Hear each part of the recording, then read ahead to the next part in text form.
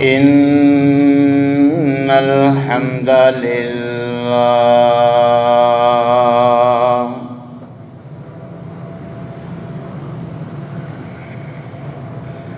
نحمده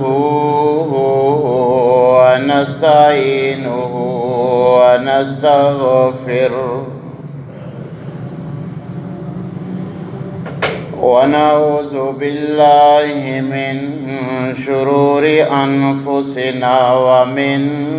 سيئات أعمالنا من يهده الله فلا مضل له ومن يضلل فلا هادي له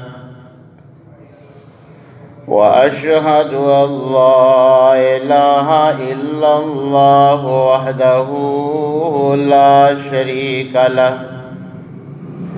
وأشهد أن محمدًا عبده ورسوله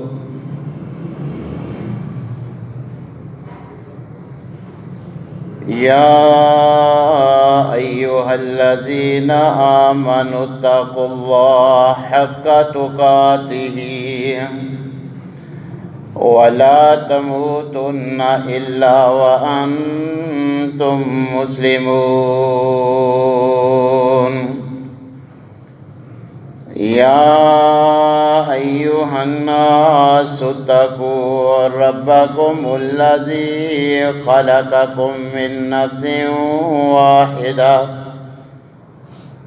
وخلق منها زوجها وبث منهما رجالا كثيرا ونساء واتقوا الله الذي تساءلون به والأرحام إن الله كان عليكم رقيبا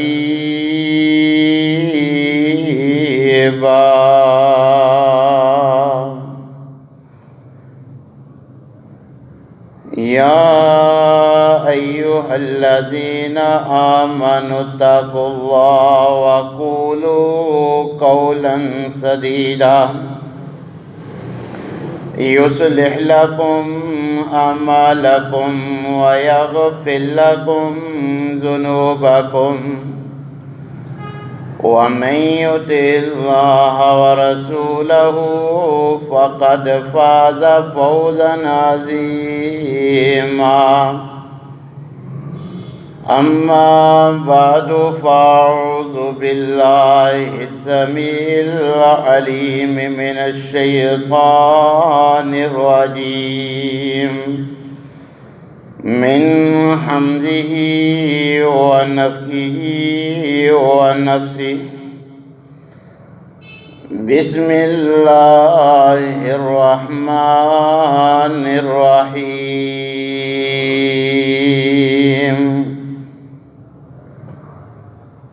قال الله عز وجل في التنزيل ويطعمون الطعام على حبه مسكينا ويتيما وأسيرا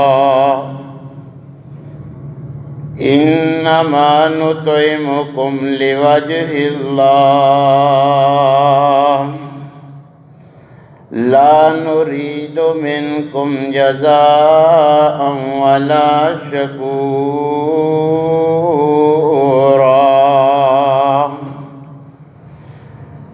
وقال النبي صلى الله عليه وسلم علي مني وأنا منه وقال النبي صلى الله عليه وسلم من كنت مولاه فعلي مولاه اللهم وال من واله وآد من آده وقال النبي صلى الله عليه وسلم من آذى عليا فقد آذاني وقال النبي صلى الله عليه وسلم ألا ترضى أن تكون مني بمنزلة هارون من موسى۔ تمام قسم کی تعریفات مالک العلام ذوالجلال والاکرام وحدہ لا شریک، مالک کائنات اور خالق ارض و سما کے لیے لاکھوں کروڑوں درود و سلام اس ہستی اقدس و مقدس کے اوپر جن کا نام نامی اسم گرامی جناب محمد الرسول اللہ صلی اللہ علیہ وسلم ہے۔ سامعین محترم، اسلامی لحاظ سے آج غالباً 13 رجب ہے۔ یہی وہ تاریخ ہے کہ جس دن اہل بیت کے سرخیل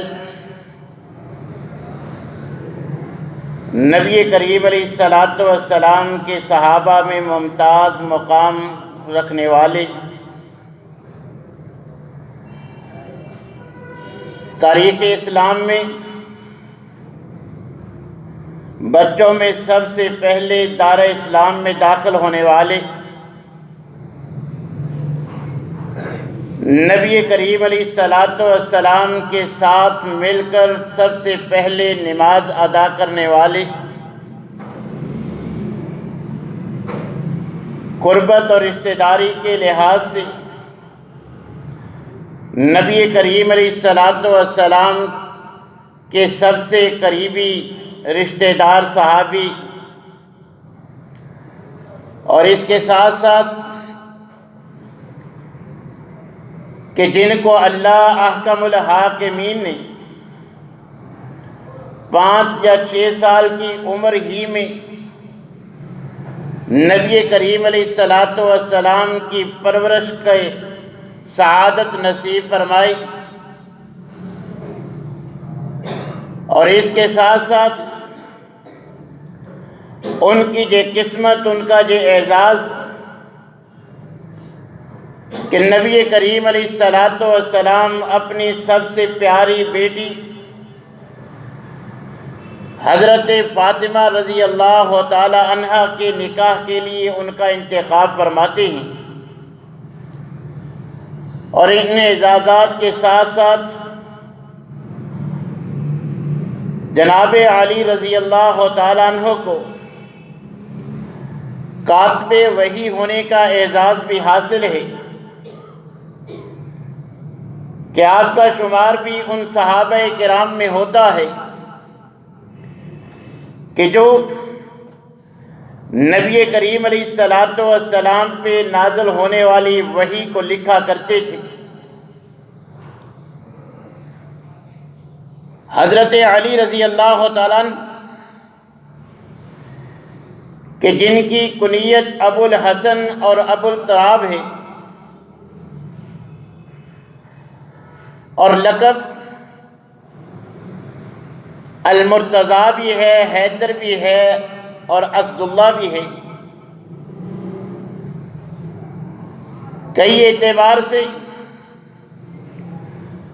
اللہ احکم الحاکمین نے آپ کو وہ مقام عطا فرمایا جو دیگر صحابہ کے حصے میں نہ آیا۔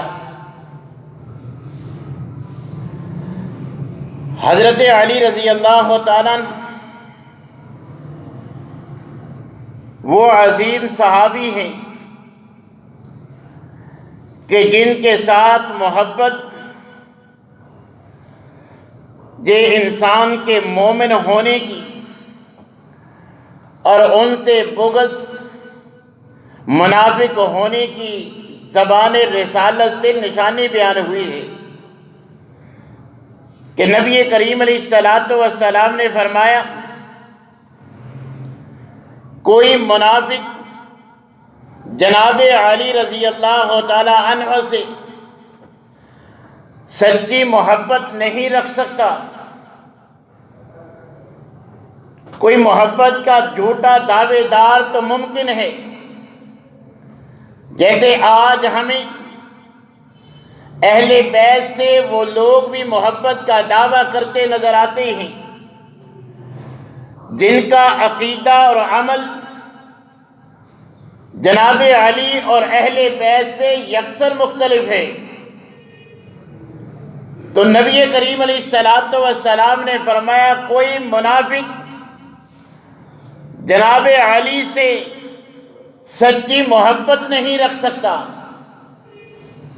اور کوئی مومن جناب علی سے بغض نہیں رکھ سکتا۔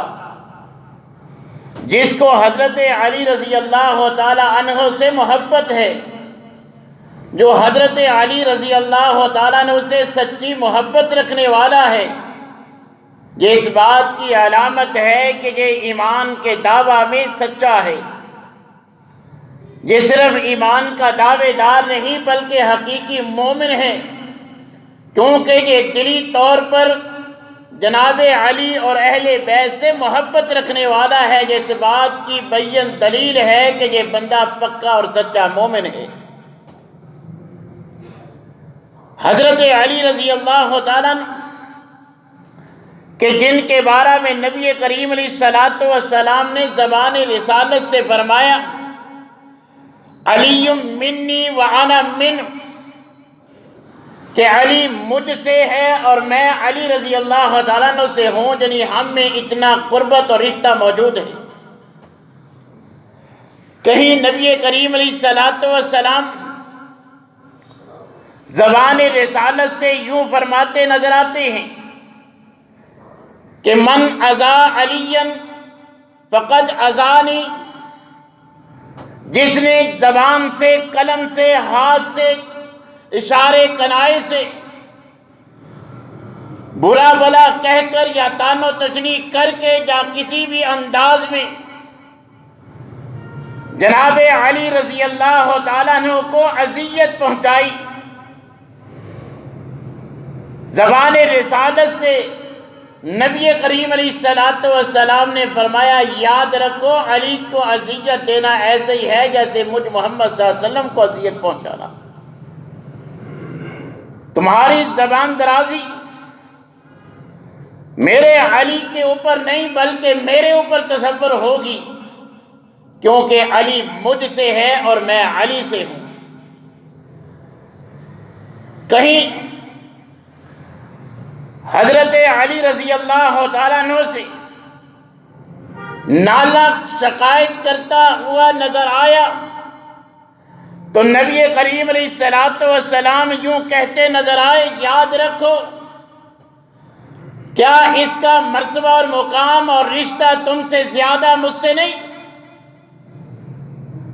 تو قیامت تک آنے والے امتیوں کو نبی کریم علیہ الصلوۃ والسلام حضرت علی رضی اللہ تعالیٰ عنہ کی شان اور مقام ان الفاظ میں بتلاتے ہیں کہ یاد رکھو من کنت مولا، جو مجھ سے دوستی رکھتا ہے، جس کا دعویٰ ہے کہ میں محمد صلی اللہ علیہ وسلم کو پسند کرتا ہوں، دوست رکھتا ہوں، فعلی مولا، مجھ سے دوستی کا دعویٰ اسی وقت صادق ہوگا جیسے مجھ سے دوستی رکھتا ہے ویسے ہی میرے علی سے بھی محبت رکھے، دوستی رکھے۔ زبان رسالت سے بارگاہ الہی میں نبی کریم علیہ الصلوۃ والسلام دعا گو ہوتے ہیں اللہم وال من والہ، اے اللہ جو تیرا بندہ میرے علی سے دوستی رکھے تو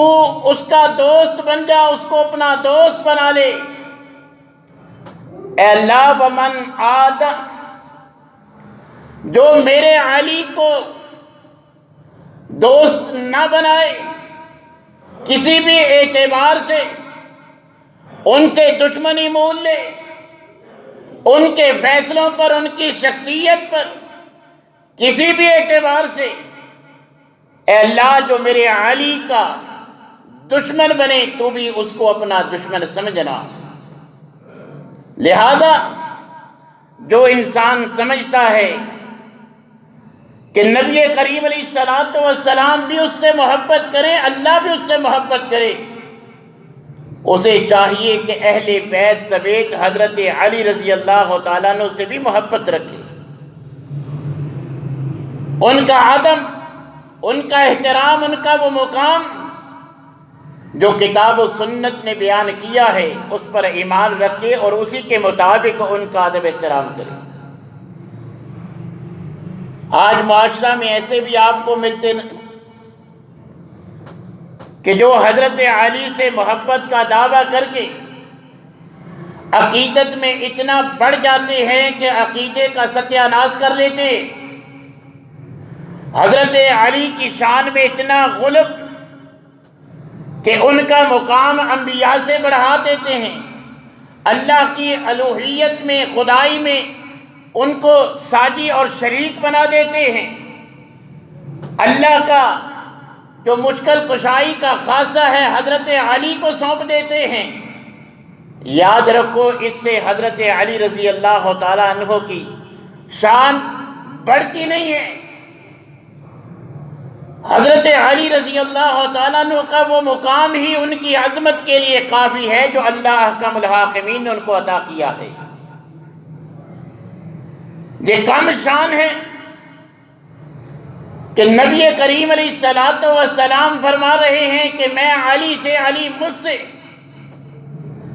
جو اس کا دوست وہ میرا دوست۔ صحابہ سے پوچھتے ہیں کہ تم میں سے کون ہے جو قربت اور رشتہ داری کے اعتبار سے علی سے بڑھ کر ہے مجھ سے؟ یہ مقام کم ہے کہ زوجہ محترمہ کو دیکھیے، جنت کی عورتوں کی سردار، جگر گوشوں کو دیکھیے، جنت کے نوجوانوں کے سردار، جو مقام اللہ احکم الحاکمین نے جناب علی کو عطا کیا، کتاب و سنت کی روح سے ہمیں اسی پہ ایمان رکھنا چاہیے۔ حضرت علی رضی اللہ تعالیٰ خود نبی کریم علیہ السلام کے فرامین پر سختی کے ساتھ عمل کرنے والے تھے۔ حضرت علی رضی اللہ تعالیٰ عنہ کا کلمہ، حضرت علی اور اہل بیت کی اذان، ان کا کلمہ، ان کی نماز کا طریقہ وہی تھا جو جناب محمد رسول اللہ صلی اللہ علیہ وسلم کا تھا۔ وہی اذان، وہی کلمہ جو حضرت علی کا تھا وہی حسن و حسین کا تھا۔ لہذا اگر ہم ان سے سچی محبت کے دعویٰ کرنے والے ہیں تو ہمارا دعویٰ اس بات کا تقاضا کرتا ہے کہ ہمیں قرآن کا فیصلہ مانتے ہوئے فَإِنْ آمَنُوا بِمِثْلِ مَا آمَنْتُمْ بِهِ فَقَدِ اهْتَدَوْا، ہمیں اپنا عقیدہ، اپنا ایمان اور اپنا عمل اہل بیت والا، صحابہ کرام والا بنانا چاہیے۔ آج لوگ مسلمان ہو کے اسلامی مصادر کا علم رکھتے ہوئے بھی تاریخی حوالوں سے ان کو بنیاد بنا کر صحابہ کرام کے بارے میں طرح طرح کی باتیں کرتے ہوئے نظر آتے ہیں۔ یاد رکھو یہ اہل بیت اور دیگر صحابہ کرام یہ تاریخی شخصیات نہیں ہیں، یہ قرآنی شخصیات ہیں۔ اہل بیت کا، صحابہ کا اگر کیریئر جاننا ہے، کریکٹر جاننا ہے تو تاریخ کو نہیں دیکھیں گے، کتاب اللہ اور سنت رسول کو دیکھیں گے۔ صحابہ کا ایمان پرکھنا ہو، صحابہ کا عقیدہ اور عمل جاننا ہو، صحابہ کے کیریئر کے لیے تاریخ کے دلائل اور تاریخی حوالے مد نظر نہیں رکھیں گے، صحابہ کے عقائد و نظریات، ان کی ایک ایک بات پہ اللہ نے قرآن میں وضاحت کر دی ہے۔ یہ قرآنی شخصیات ہیں، ان کا کیریئر پرکھیں گے تو یا اللہ یا اس کے رسول کے فرامین کی روشنی میں یہ آج تاریخی حوالے دے کر صحابہ کرام پہ جو ہے وہ تبرہ کی راہ ہموار کی جاتی ہے، جبکہ شرعی لحاظ سے دین اسلام کی اساس اور بنیاد یا اللہ کا قرآن ہے یا پیغمبر کا فرمان ہے۔ تاریخ کی کتب کی کوئی حیثیت نہیں، کوئی ویلیو نہیں۔ جب قرآن کہہ رہا ہے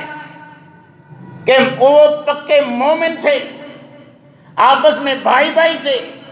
کوئی اختلاف نہیں تھا، ایک دوسرے سے بھائیوں سے بڑھ کر پیار کرنے والے تھے، تو جو قرآن نے ان کے بارے میں فیصلہ کیا ہے، جو صحابہ کا کریکٹر بیان کیا ہے، وہی حقیقت ہے۔ قرآن و حدیث کے مقابلے میں تاریخی حوالوں کی کوئی حیثیت نہیں، ہمارے لیے حجت تاریخ نہیں ہے، کتاب اللہ اور سنت رسول ہے۔ لہذا صحابہ کا کیریئر پرکھنا ہو تو ہمیں کتاب اللہ اور سنت رسول کی طرف لوٹنا ہوگا۔ حضرت علی رضی اللہ تعالیٰ عنہ بھی نبی کریم علیہ السلام کی ایک ایک بات پہ عمل کرنے والے تھے۔ ایک مرتبہ موضوع پہ مسح کرتے ہوئے ذہن میں بات آئی، کیا فرمایا؟ آج حضرت علی سے محبت کے دعوے داروں کا انداز بھی دیکھ لیجئے۔ حضرت علی کیا فرماتے ہیں؟ اگر علی کی رائے دیکھی جائے، علی کی عقل کو دیکھا جائے تو پاؤں کے نیچے والا حصہ زمین پہ لگتا ہے، مٹی وہاں لگتی ہے۔ وضو کے بعد مسح کرتے وقت موضوع کے اوپر کی بجائے نیچے مسح ہونا چاہیے، گندگی کا اندیشہ نیچے ہے، زمین پہ نیچے والا حصہ لگتا ہے۔ یہ علی کی رائے ہے، مگر میں علی نے پیغمبر کو دیکھا، میری رائے تو یہ ہے، مگر میں نے نبی کریم علیہ السلام کو دیکھا، آپ کا اسوہ، آپ کا عمل میری رائے کے مطابق نہیں تھا، آپ اوپر والے حصے کا مسح کرتے تھے۔ لہذا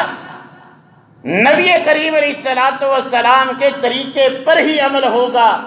جب بھی مسح کیا جائے گا پاؤں کے صرف اوپر والے حصے کا کیا جائے گا، کیونکہ یہی پیغمبر کا اسوہ ہے، یہی ہمارے لیے دلیل ہے۔ حضرت علی رضی اللہ تعالیٰ سواری پہ سوار ہوتے ہیں، مسنون دعائیں پڑھتے ہیں۔ صحابہ نے سنی، پیغمبر کا معمول تھا، کوئی عجیب معاملہ نہیں تھا، مگر صحابہ نے نوٹ کیا کہ مسنون سفر کے دعائیں اور اذکار کے ساتھ ساتھ آپ سواری پہ سوار ہو کے مسکراتے بھی ہیں۔ پوچھا کہ مسکرانے کی وجہ کیا ہے؟ آج اب اپنے گریبانوں میں جھانک لیجئے۔ حضرت علی رضی اللہ تعالیٰ عنہ اپنے مسکرانے کی وجہ بیان کرتے ہیں کہ میں نے ایک مرتبہ پیغمبر کو دیکھا تھا کہ نبی کریم علیہ السلام سواری پہ سوار ہو کے ان دعاؤں کے بعد مسکرائے تھے۔ جب میں سوار ہوتا ہوں میرا بھی دل چاہتا ہے میں پیغمبر کی ادنا سی سنت پر بھی عمل کروں۔ حضرت علی کی نظر میں ایک حدیث کا، ایک سنت کا یہ مقام اور یہی انداز دیگر اہل بیت کا تھا۔ عورت کے پاس نبی صلی اللہ علیہ وسلم کی زبان سے سنا کہ رکا موجود ہے، عورت انکار کرتی ہے میرے پاس نہیں ہے۔ حاتم بن ابی بلتہ کا واقعہ آپ گزشتہ خطبات میں سن چکے ہیں، مگر جواب علی کا حدیث پہ اعتقاد، آج ہم بھی حدیث سنتے ہیں، چونکہ چنانچہ اگرچہ مگرچہ کوئی برادری کی رسموں کے خلاف نظر آتی ہے، کوئی مسلک کے خلاف نظر آتی ہے، کسی پہ عمل کرنا مشکل ہوتا ہے،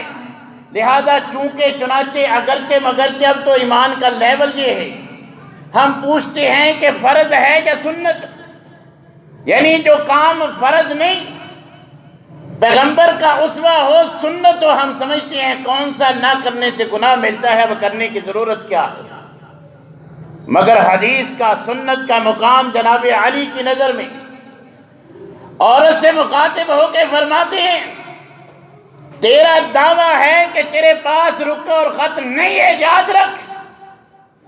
جس زبان سے ہم سن کے آئے ہیں ہمیں اس پہ کامل یقین ہے، ہر صورت میں تیرے پاس رکا ہے،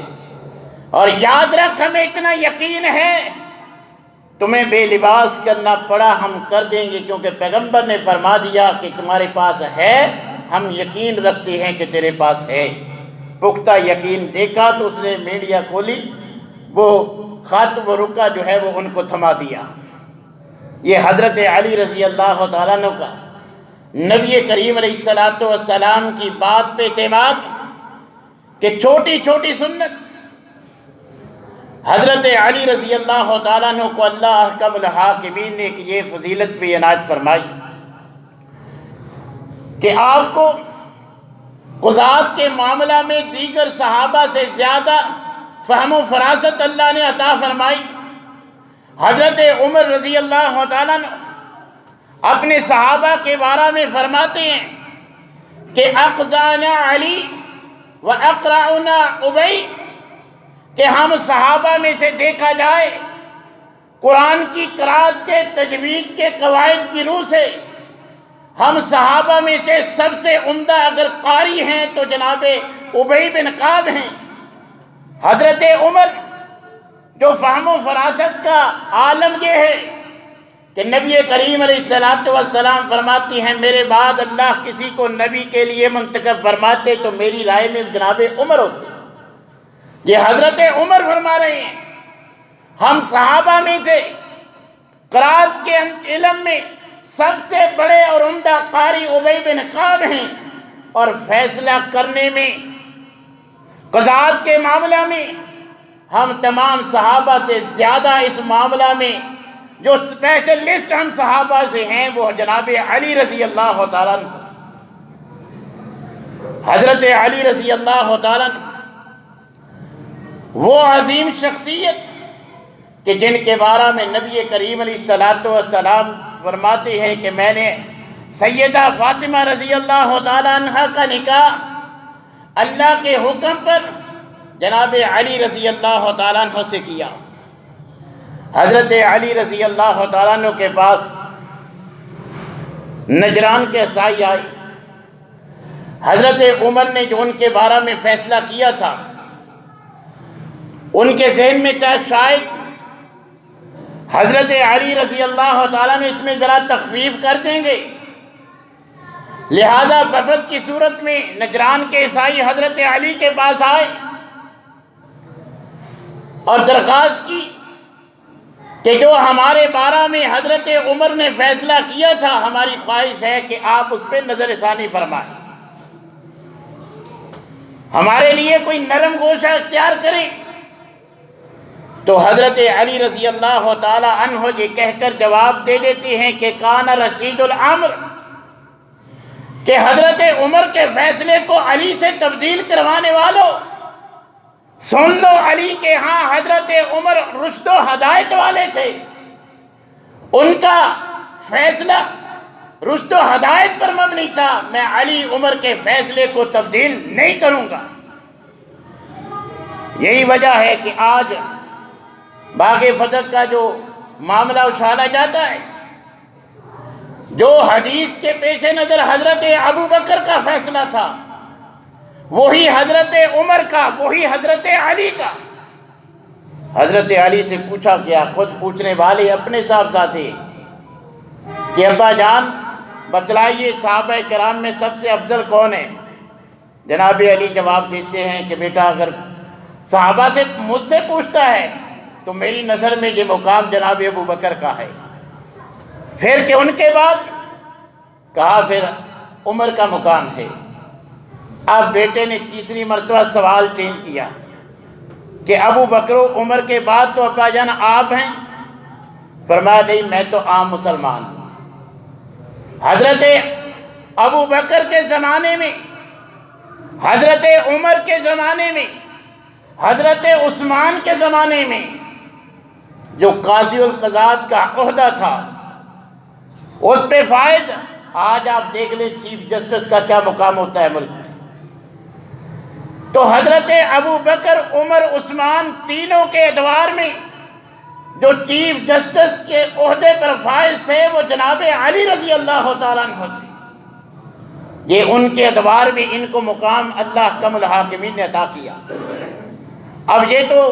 ہماری یہ تاریخی شواہد اور ادھر ادھر کی باتیں ہیں کہ ان کا جو ہے وہ پہلا نمبر تھا، مگر ہم غیب نہیں جانتے۔ اللہ احکم الحاکمین نے عدل پر ہر انسان کو اس کا حق دینا تھا۔ اللہ جانتے تھے کہ ان خلفاء میں سے سب سے پہلے اس دنیا سے کس نے رخصت ہونا تھا۔ ہمیں علم نہیں تھا، وفات کے بعد علم ہوا۔ امتیوں کو علم نہیں تھا کہ پیغمبر کے بعد ان خلفاء میں سے سب سے پہلے کون رخصت ہوں گے، مگر اللہ جانتے تھے کہ عمر، عثمان اور علی رضوان اللہ علیہم اجمعین سے بھی پہلے اس دنیا سے ابو بکر چلے جائیں گے، لہذا اللہ احکم الحاکمین نے سب سے پہلے خلافت انہیں دی۔ پھر اللہ جانتے تھے کہ ان کے بعد حضرت عمر اس دنیا سے رخصت ہوں گے، اللہ احکم الحاکمین نے دوسرے نمبر پر خلافت حضرت عمر کو دی۔ پھر اللہ کو علم تھا کہ حضرت علی کی زندگی میں جناب عثمان اس دنیا سے رخصت ہو جائیں گے، تو اللہ احکم الحاکمین نے حضرت عثمان کی خلافت کے لیے سما باندھا۔ خلافت ان کو ملی۔ اگر پہلے ہی خلافت حضرت علی کو مل جاتی تو تینوں خلفاء تو حضرت علی کی زندگی میں فوت ہو جاتے۔ تو اللہ عالم الغیب تھے، اللہ نے اپنے قانون کے مطابق جو اللہ کی منشا تھی اس کے مطابق جس کو پہلے چاہا پہلے خلافت دی، جس کو بعد میں چاہا دوسرے نمبر پر، جس کو چاہا تیسرے پر، جس کو چاہا چوتھے پر، اور کسی کو اول یا سوم یا چہارم نمبر سے ان کی عزت میں، ان کے مرتبہ اور مقام میں فرق نہیں آتا۔ یہ تو آج ہماری میں ہوتی ہے کہ میں ہوں۔ حضرت علی اور صحابہ کرام میں نہیں تھی، اسی لیے حضرت ابو بکر کی بیعت کرتے ہیں، حضرت عمر، حضرت عثمان کی۔ کبھی مزاحمت نہیں کی، کبھی ایسا نہیں کہا، اعتراض نہیں کیا کہ مجھے خلافت ملنی چاہیے۔ کبھی حضرت ابو بکر و عمر و عثمان کے پیچھے نماز پڑھنے سے انکار نہیں کیا۔ آج ہماری حالت تو یہ ہے کہ مسجد سے خطیب نکال دیں، الگ مسجد تعمیر ہونی شروع ہو جاتی ہے۔ کسی کو مسجد کے صدر سے جو ہے وہ عہدے سے ہٹا دیں، وہ الگ مسجد بناتا نظر آتا ہے۔ اگر حضرت علی سمجھتے تھے کہ خلافت مجھے ملنی چاہیے تھی تو حضرت ابو بکر کی نہ بیعت کرتے نہ نماز ان کے پیچھے پڑھتے، ان کو امام بھی مانا۔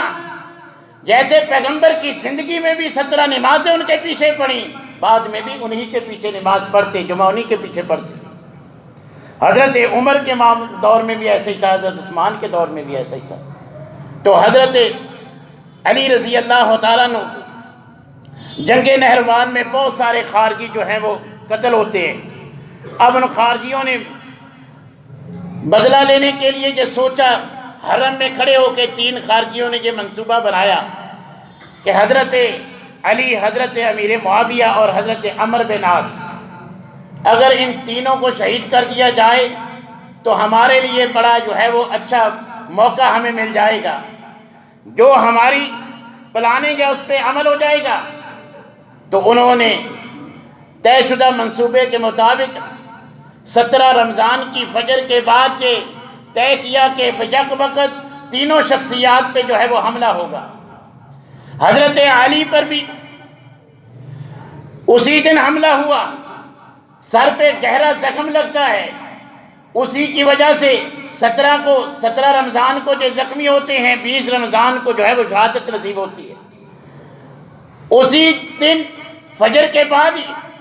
حضرت امیر معاویہ پہ بھی طے شدہ پلان کے مطابق اسی وقت حملہ ہوتا ہے، ران پہ زخم ہوتا ہے۔ مگر اللہ تبارک و تعالیٰ نے ان کی زندگی لکھی تھی، وہ دوبارہ سے احتیاب ہو جاتے ہیں۔ حضرت عمر بن عاص وہ بیمار تھے، جماعت کروانے کے لیے نہیں آئے، ان کی جگہ خارجہ بن صہیب جو ہیں وہ امامت کے لیے نکلے، انہی کو عمر بن عاص سمجھ کے حملہ کیا گیا، وہ موقع پر جام شہادت نوش کر دے گے۔ تینوں خارجیوں کے تعین کے بعد ان کو جو ہے وہ قتل کر دیا جاتا ہے۔ اس اعتبار سے 20 رمضان کو ولادت، بعض احباب جو ہے وہ لیٹ آئے ہیں، آج 13 رجب ہے، 13 رجب ہی کو حضرت علی رضی اللہ تعالیٰ عنہ پیدا ہوئے، 17 رمضان کو زخمی ہوئے اور 20 رمضان کو جام شہادت جو ہے وہ نوش کرتے ہیں۔ اگر ہمیں دعویٰ ہے کہ ہم اہل بیت سے، حضرت علی سے سچی محبت رکھتے ہیں، تو ہمارے اس دعوے کا تقاضا ہے کہ ہمارا عقیدہ بھی اہل بیت جیسا ہونا چاہیے، ہمارا عمل بھی اہل بیت جیسا ہونا چاہیے، ہمارا کلمہ، ہماری اذان، ہماری نماز کا طریقہ یہ اہل بیت جیسا ہونا چاہیے۔ تب ہم اپنے دعوے میں کہ ہم اہل بیت سے سچی محبت کرتے ہیں سچے ہیں۔ صرف زبانی دعویٰ کام نہیں آئے گا، کیونکہ اللہ احکم الحاکمین نے صحابہ کو جو مقام بخش دیا ہے، فَإِنْ آمَنُوا بِمِثْلِ مَا آمَنْتُمْ بِهِ فَقَدِ اهْتَدَوْا، کہ تم اس وقت تک ہدایت نہیں پا سکتے جب تک تمہارا ایمان، تمہارا عقیدہ، تمہارا عمل ان اہل بیت اور صحابہ جیسا نہیں ہوگا۔ اگر ہم اپنا عقیدہ عمل صحابہ جیسا بنا لیں، اللہ ہم سے بھی راضی ہو کہ ہمیں بھی ان کی طرح جو ہے وہ جنت عطا فرمائیں گے۔ اللہ تبارک و تعالیٰ تمام صحابہ سے، اہل بیت سے سچی محبت رکھنے کی توفیق عنایت فرمائے۔